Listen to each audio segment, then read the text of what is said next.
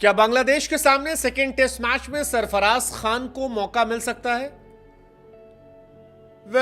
जिस तरह से इंडिया का मिडिल ऑर्डर पहले मैच में कोलैप्स किया है, इसके बाद निगाहें तो लोगों की होंगी कि सेकेंड इनिंग में क्या ये मिडिल ऑर्डर परफॉर्म करता है या एक बार फिर कोलैप्स करता है, क्योंकि कई खिलाड़ी ऐसे हैं जिनकी परफॉर्मेंस को लेकर क्वेश्चन है। केएल राहुल लंबा चौड़ा टेस्ट करियर होने के बावजूद 35 का एवरेज नहीं मेंटेन कर पाए हैं। शुभमन गिल के साथ भी यही है। इंग्लैंड वाली सीरीज में कमबैक किया था, लेकिन उसके पहले और इस मैच में वो फ्लॉप थे। लेकिन सरफराज और जुरेल, इन्होंने पिछली सीरीज में बताया था कि इनमें दमखम है और अगर मौका मिला तो लंबी रेस के घोड़े ये हो सकते हैं। गौतम गंभीर ने भी कहा था कि किसी को ड्रॉप नहीं किया जाता, किसी और को पिक किया जाता है।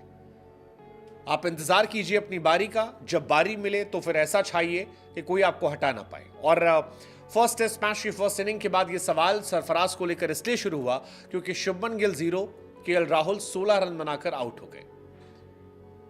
सरफराज खान, अगर आप उनके छोटे से करियर को देखेंगे तो सिर्फ 3 टेस्ट मैच खेले हैं, लेकिन 3 टेस्ट मैच की 5 पारियों में पहले पारी में 56 रन डेब्यू पे, फिर 14-0, उसके बाद 62 और 68, यानी कि 3 टेस्ट मैच में सरफराज खान ने 5 इनिंग खेली, 200 रन बनाए, 68 उनका हाईएस्ट था, एवरेज 50 का था और 5 पारियों में 3 पारी में अर्धशतक लगा दिया। अब सवाल ये उठ रहा है कि क्या सरफराज खान, जिन्होंने अच्छी परफॉर्मेंस की थी उसके बावजूद उन्हें ड्रॉप किया गया था, उन्हें इस बार वापस लाया जाएगा? मतलब ये इंटरेस्टिंग सवाल है। अगर आप शुभमन गिल के स्टैट्स को देखेंगे तो शुभमन गिल पहले ओपनर थे, फिर ओपनर से ड्रॉप किए गए। 29 मैचेस में 2 शतक, 4 अर्धशतक, 874 रन थे। नंबर 3 पर 18 मैचेस में 618 रन उनके रहे। इनफैक्ट दलीप ट्रॉफी में भी 25 और 21 रन ही रहे 2 पारियों में। अब शुभमन गिल, उन्होंने खुद भी माना था कि टेस्ट क्रिकेट में बीते कुछ सालों में उन्होंने बहुत कमाल नहीं किया है।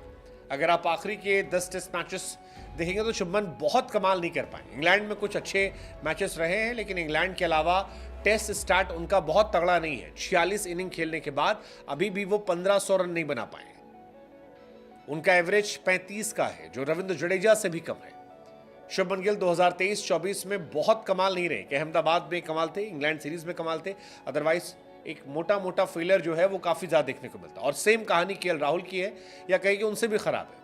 KL Rahul only player in history of Indian cricket with test average below 35 after playing 50 और मोर टेस्ट, टॉप ऑर्डर में बैटिंग करने के बाद। मतलब ये इंटरेस्टिंग है। केएल राहुल ने 2014 में डेब्यू किया था और 87 इनिंग वो खेल चुके हैं, लेकिन इसके बावजूद उनका टेस्ट जो बैटिंग एवरेज है दैट इज जस्ट 33। 2018 से अगर आप देखेंगे तो ये और गिर गया है, 27 का बैटिंग एवरेज है, 27। मतलब काफी शॉकिंग है। अगर आप केएल राहुल के आखिरी कुछ मैचेस देखेंगे तो 5, 8, 12, 10, 22, 23, 10, 2, 20, 17, 1, फिर उसके बाद 2 अच्छी इनिंग है, 101 की और एक 86 की आती है। उसके अलावा भी 4, 8, 22, 16 ये उनकी इनिंग है, 24 का एवरेज। यानी अपॉर्चुनिटीज बहुत सारी मिल रही हैं, लेकिन यूटिलाइज नहीं कर पा रहे। केएल राहुल का 3rd वर्स्ट एवरेज है। मतलब बड़ा इंटरेस्टिंग है। अय्यर को ऑलरेडी टेस्ट स्कीम से बाहर कर दिया गया है। क्या सरफराज के लिए डेब्यू की वजह बन सकता है? मतलब let's just see. Second inning में काफी डिपेंड होगा। क्या सेकेंड इनिंग में बल्लेबाजी जो है केएल राहुल, शुभमन गिल अच्छा करते हैं? अगर इन दोनों में से कोई फ्लॉप होता है तो सरफराज चांसेस बढ़ जाते हैं, ध्रुव जुरेल की चांसेस बढ़ जाते हैं, क्योंकि काफी मौका मिला है। मतलब अगर आप टॉप 5 में बैटिंग करते हैं और आपका बैटिंग एवरेज 7 नंबर पर बैटिंग करने वाले जडेजा से कम है, it's a serious question, it's a serious concern.